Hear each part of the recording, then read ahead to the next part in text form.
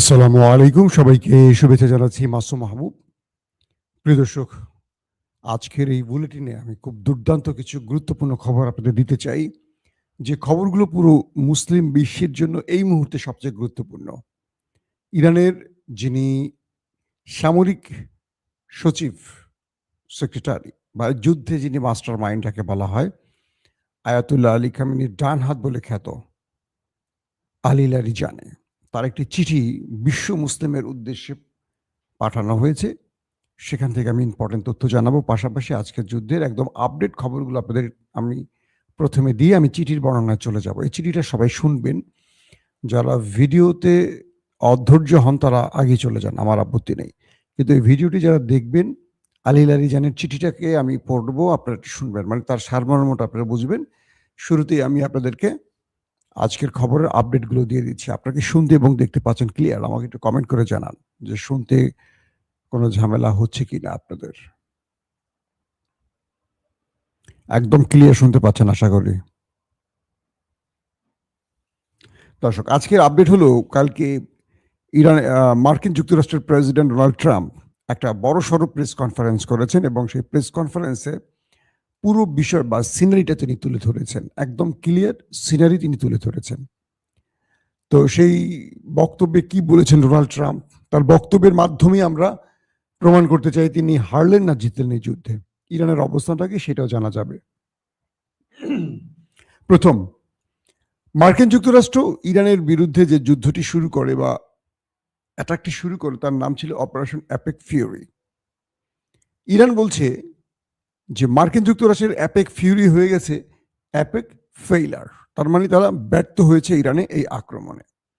তো ট্রাম্প শেষ পর্যন্ত তার যে প্রেস কনফারেন্স করেছেন, সেই প্রেস কনফারেন্সে যে বক্তব্যগুলো দিয়েছেন, সেই বক্তব্যে তিনি সেকেন্ডের মধ্যেই তার কথার বৈপরীত্য সৃষ্টি করেছেন। অর্থাৎ তিনি বলছেন যে ইরানকে আমরা শেষ করে ফেলেছি, ইরান আর দাঁড়াতে পারবে না, কোমর ভেঙে দিয়েছে। আবার তিনি বলছেন ইরান এখন ব্যাপকভাবে আরব কান্ট্রিতে হামলা করছে। কোমর ভাঙা ইরান আরবে কি করে হামলা করছে? নাম্বার 2, তিনি বলছেন যে ইরানের মাত্র 8% মিসাইল আর আছে, 100 ভাগের মধ্যে 8% আছে, বাকিগুলো আমরা ধ্বংস করে ফেলেছি।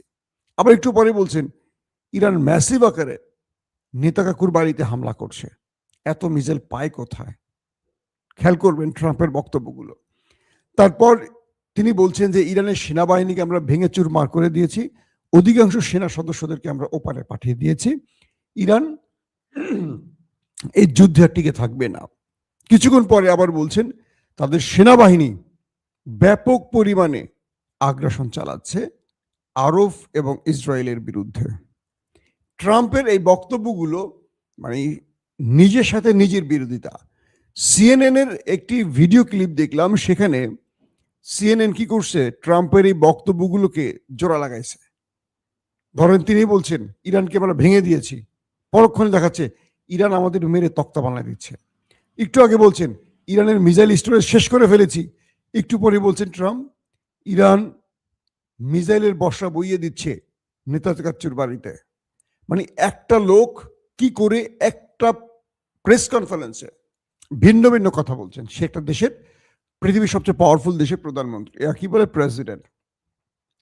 তো বলা হচ্ছে যে সিএনএন এর যে ভিডিওটি দেখানো হয়েছে, সেই ভিডিওতে একদম ট্রাম্পকে পাগল হিসেবে প্রমাণ করে দিয়েছে যে একই মানুষ সেকেন্ডের মধ্যে কত রকম ভিন্ন কথা বলে, তাহলে সত্য কোনটা।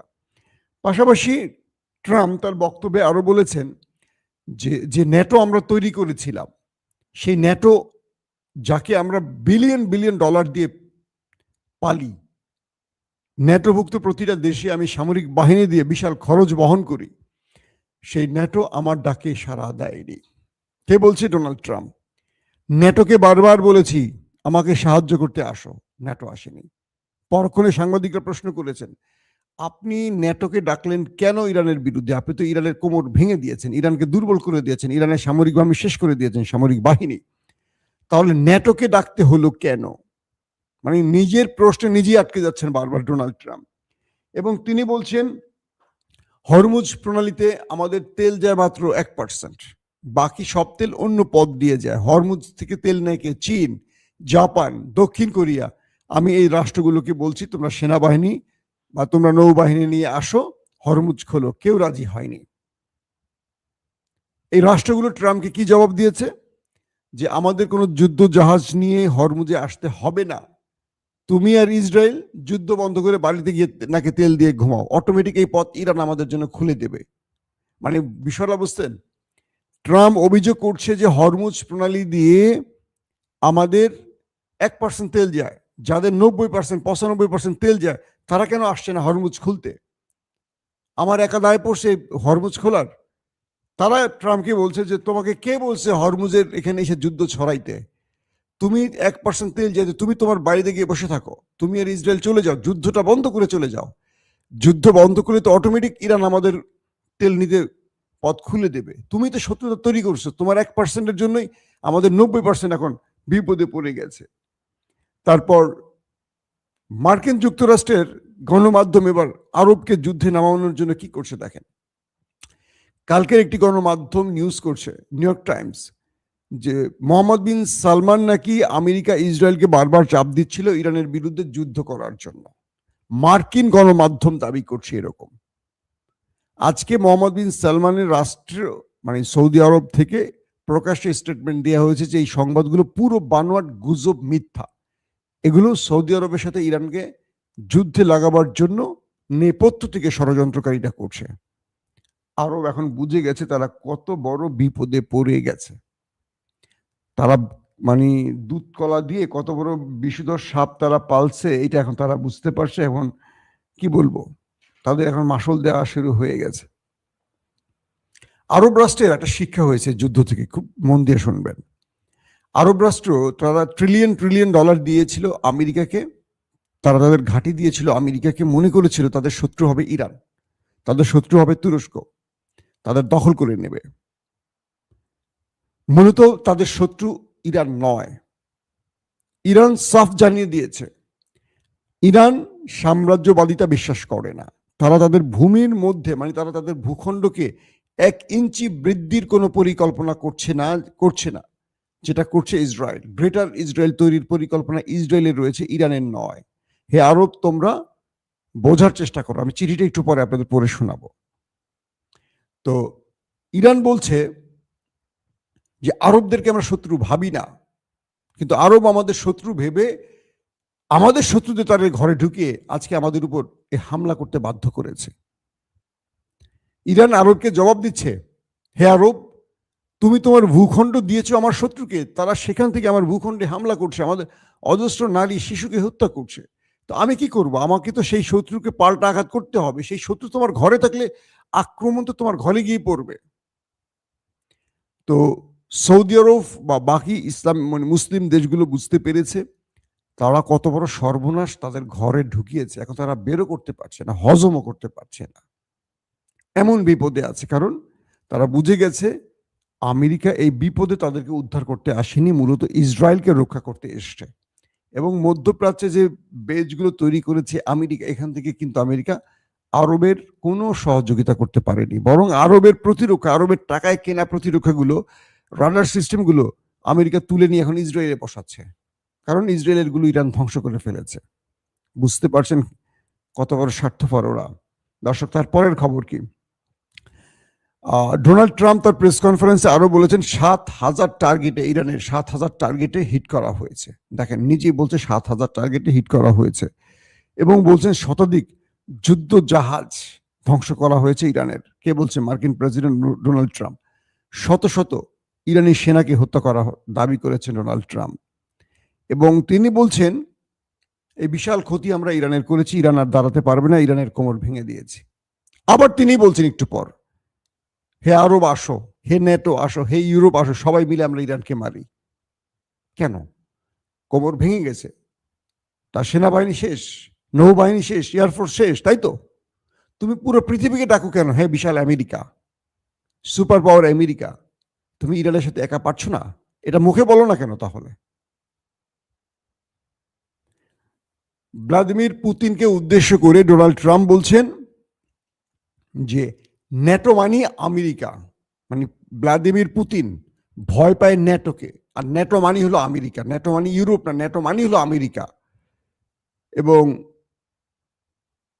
ইউরোপ বলছে কি, বেলজিয়ামের প্রাইম মিনিস্টার কি বলছেন, স্পেনের প্রাইম মিনিস্টার কি বলছেন, তারা বলছেন যে ন্যাটো মানে আমেরিকা যদি হয় তাহলে আমেরিকা দূরে থাকো, আমরা তোমার এই শত্রুতা নতুন করে ইউরোপে ছড়াতে চাই না, আমরা ইউরোপকে অগ্নিগর্ভ করতে চাই না। কে বলছে? বেলজিয়ামের প্রাইম মিনিস্টার। তিনি বলছেন যে আমরা নতুন করে ভাবতে বসেছি যে রাশিয়ার সাথে আমাদের এই দূরত্ব তৈরি করে রাখবো না, রাশিয়ার সাথে আমরা বন্ধুত্ব করব, কারণ পুরো ইউরোপ কিন্তু ঐক্যবদ্ধ। খেয়াল করবেন, ইউরোপীয় ইউনিয়ন বলি, আমরা ন্যাটো বলি, ইউরোপ কিন্তু নিজেরা একটা সময় অনেক নিজেরা যুদ্ধ করেছে। এখন দেখেন ইউরোপের মধ্যে শান্তি, তারা কিন্তু এখন তরতর করে এগিয়ে যাচ্ছে। পৃথিবীর সব জায়গা থেকে মানুষ ইউরোপে ছুটে যেতে চায়। কেন চায় বলেন? ইউরোপ খুব শান্তিপূর্ণ জায়গা, অথচ এই তারা বাইজেন্টাইন রোমান ইউরোপরাই তো তারা লং টাইম যুদ্ধ করত, যুদ্ধের মধ্যে থাকতে থাকতে তারা ক্লান্ত হয়ে গেছে। আজকে দেখেন তারা পুরো ইউরোপ এক হয়ে গেছে। সেনজেন ভিসা নেবেন, একসাথে আপনি কতগুলো দেশ সফর করতে, কয়েক ডজন দেশে আপনি এক ভিসায় পারবেন, ইংল্যান্ড ছাড়া। তাদের মধ্যে যে ইউনিটি তৈরি করছে এবং সেই ইউনিটি আজকে তাদেরকে কোথায় নিয়ে গেছে, বিজয়ের দিকে নিয়ে গেছে। তারা আজকে পুরো পৃথিবীতে শান্তির রাষ্ট্র হিসেবে তৈরি হয়ে গেছে এই ইউরোপ। তো ইউরোপের বেলজিয়ামের প্রাইম মিনিস্টার বলছে যে আমাদের শত্রু শুধু একটা রাশিয়া, সে রাশিয়ার সাথে আমরা এখন বন্ধুত্ব যদি করি তাহলে আমাদের পৃথিবীতে আর কোনো শত্রু থাকবে না। আমরা আমেরিকার পাতা ফাঁদে পা দিয়ে এই শত্রু খেলতে খেলতে ক্লান্ত হয়ে গেছি। আমেরিকা যুদ্ধ করে আর আমরা ক্ষতিপূরণ দেই, আর আমরা সেনা পাঠাই, আর আমরা আক্রান্ত হই। বেলজিয়ামের এই বক্তব্য, স্পেনের এই বক্তব্য ইউরোপের ঘুম ভাঙতে শুরু করছে। তার মানে ওয়ার্ল্ড অর্ডার ভাঙতে শুরু করছে।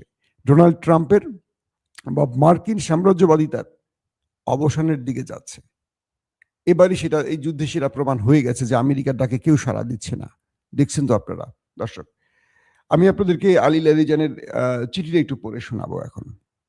আমি যে চিঠিটা পড়ছি তার অনুবাদটা আমি মানে রিটেন করে নাই, তো আমি একটু আমার মতো করে সেটা সাজিয়ে বলার চেষ্টা করছি, আপনারা বাকিটা বোঝার চেষ্টা করে নিন।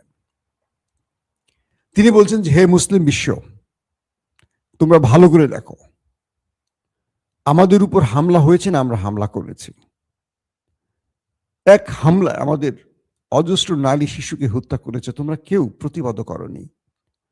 তোমরা আরবের উপর হামলার প্রতিবাদ করেছো, কিন্তু প্রথম হামলাটা ইরানে হয়েছে, তোমরা তার প্রতিবাদ করনি। এই চিঠিটা লিখেছেন কে? ইরানের এই মুহূর্তে যুদ্ধের যিনি সবচেয়ে বড় মাস্টার মাইন্ড, যাকে বলা হয় আলী লারিজানে। তিনি বলছেন, আল্লাহ রসুলের হাদিস আছে, যদি কোনো মুসলমান বিপদগ্রস্ত হয়ে তোমাকে ডাকে, তুমি সাড়া দাও, তুমি তার বিপদে পাশে আসো। যদি তুমি না আসো তাহলে তুমি মুসলমানই না।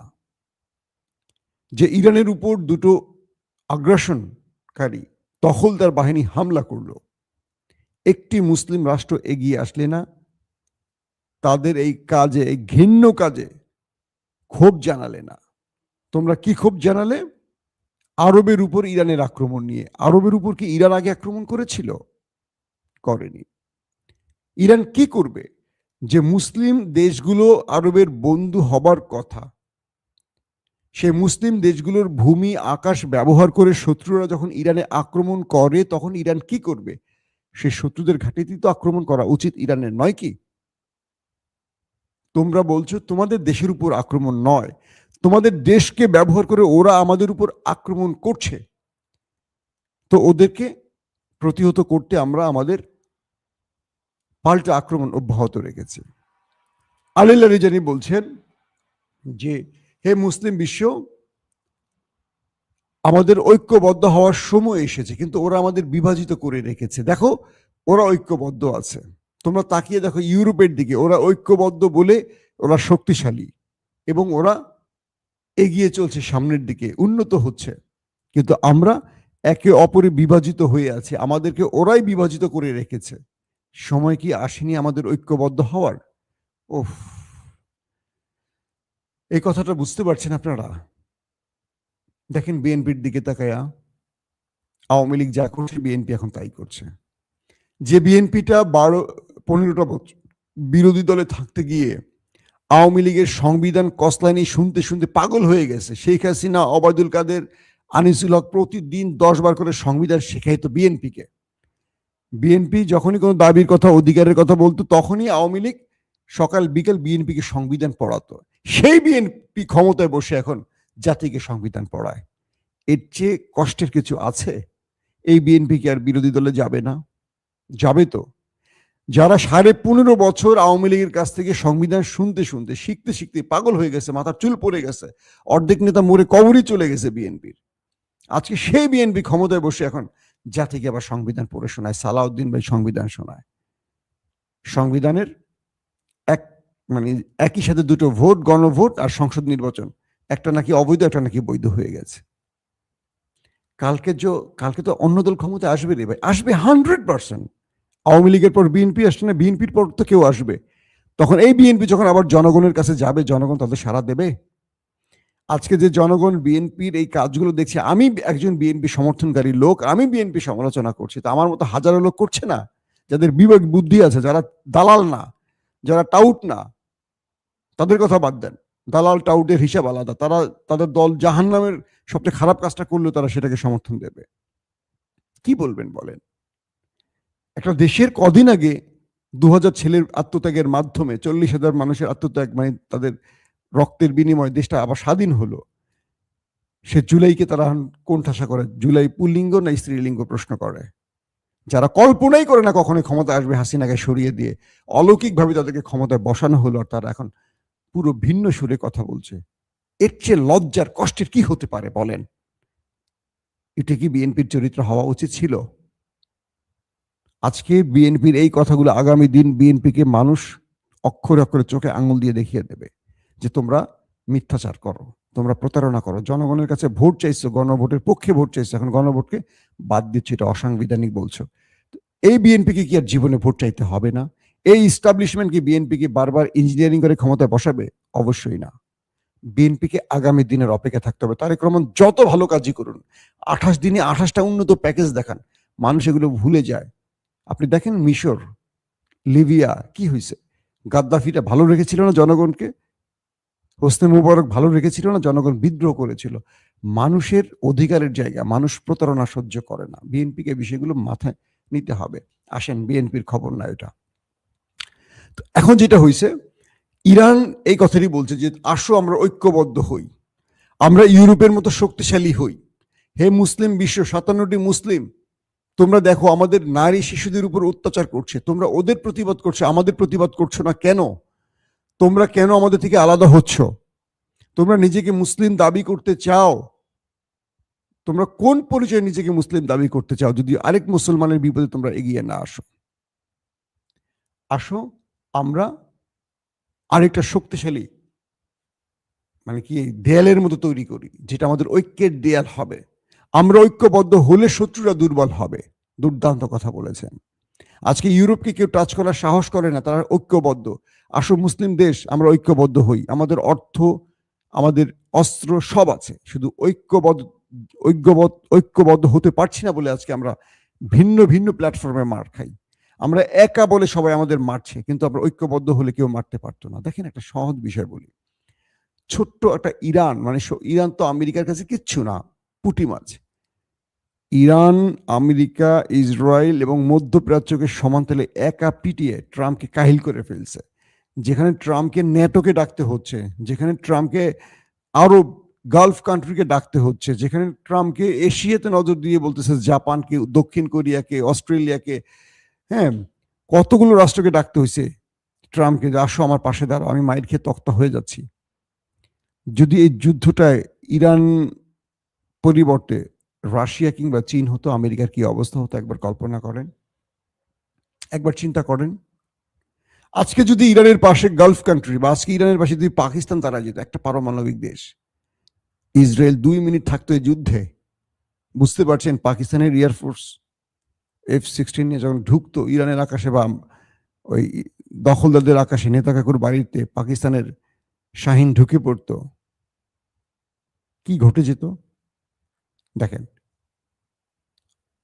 ইসরায়েলকে মুসলিম বিশ্বের 8টি কি বলে মুসলিম গালফ কান্ট্রির যে কটা দেশ মোটামুটি সবাই সাহায্য করছে প্রতিরক্ষা ব্যবস্থা দিয়ে। মানে ইরান আক্রমণ করলে সেগুলো ঠেকিয়ে দেয়, আবার ইসরায়েল ইরানে আক্রমণ করলে সেগুলো ঠেকায় না, মুসলিম দেশ ওরা। বুঝতে পারছেন? আজকে ইরানের পাশে জাস্ট তুরস্ক আর পাকিস্তান যদি এই যুদ্ধে জড়িয়ে যেত আর কিচ্ছু লাগতো না, মানচিত্রে থাকতো নেতা কাকুর দেশটি, আপনার মনে হয়? এক ইরান যদি এত কিছু করতে পারে। আমি একদম শেষ একটা কথা বলবো, মুসলমানদের ঐক্যবদ্ধ যতদিন না হবে, ওরা কিন্তু মুসলমানদেরকে ওই বিভাজিত করে রেখেছে আকিদাগত পার্থক্য ধরে, শিয়া সুন্নি পার্থক্য ধরে নানান রকম। আমাদের দেশে দেখবেন যে অল্প শিক্ষিত আলেমগণ বা মাদ্রাসার খানকার মধ্যে বা পীর আলেমরা শুধু আকিদা তর্জমা করেন বেশি। এটা এই আকিদা তর্জমাটা কেন করেন জানেন? আকিদাটা কেন আমাদের মধ্যে তুলে আনেন? এদেরকে বড় বড় এজেন্সিগুলো চালায়। আপনি হয়তো পীর সাহেবকে খুব ভালো জানেন, আপনি তো জানেন না পীর সাহেবের নেপথ্যে কারা আছে, কিভাবে আছে, তার কে অর্থায়ন করে। আপনি তো মনে করেন যে সে মানুষের দান খয়রাত দিয়ে চলে না, বড় বড় এজেন্সি এদেরকে নিয়ন্ত্রণ করে। আমি আপনাদেরকে বলেছিলাম চরমোনাই সম্পর্কে, আমার খুব ভালোবাসার জায়গা চরমোনাই, যে চরমোনাইয়ের উপর বাংলাদেশের ডিজিএফ ব্যাপক চাপ অব্যাহত রাখছে এবং তারা জামাত থেকে বেরিয়ে যাবে। শেষ পর্যন্ত বের হয়েছে কিনা দেখেন, আমি যেভাবে বলছি সেইভাবে হয়েছে কিনা। আমি তো আগে বলছি, আপনাদের মনে করে দেখেন যে চরমোনাইকে কেন ব্লেম মানে চাপানো হচ্ছে যে তুমি যদি জামাতের সঙ্গে থাকো তোমার সমস্ত আয় ব্যয় আমরা টান দিব। তুমি আওয়ামী লীগের সাথে বিগত 15.5 কি কি লিয়াজো করছো, কি কি সব তথ্য তো আমাদের কাছে আছে, এগুলো আমরা ফ্লাশ করে দিব, তোমাকে আওয়ামী লীগের মতো আমরা ফ্যাসিস্ট বানাই দিব। চরমোনাই পড়ছে বিপদে। চরমোনাই চেয়েছিল জামাতের সাথে জোটে থাকতে, তারা এক বাক্সের চেষ্টা করেছিল, কিন্তু চরমোনাইকে আমাদের গোয়েন্দা বাহিনী চাপ দিয়া, ডিজিএফআই চাপ দিয়ে তাকে জামাত থেকে আলাদা করেছে। এই কথাটা আমি আপনাদেরকে 15 দিন আগে বলেছি এবং 15 দিন পরে আপনারা দেখছেন যে বাস্তবায়ন হয়েছে। কিছু তথ্য আমাদেরকে এজেন্সি দিয়ে থাকে ভাই, এজেন্সি সবাই খারাপ না। তো এখন যেটা বলতে পারি,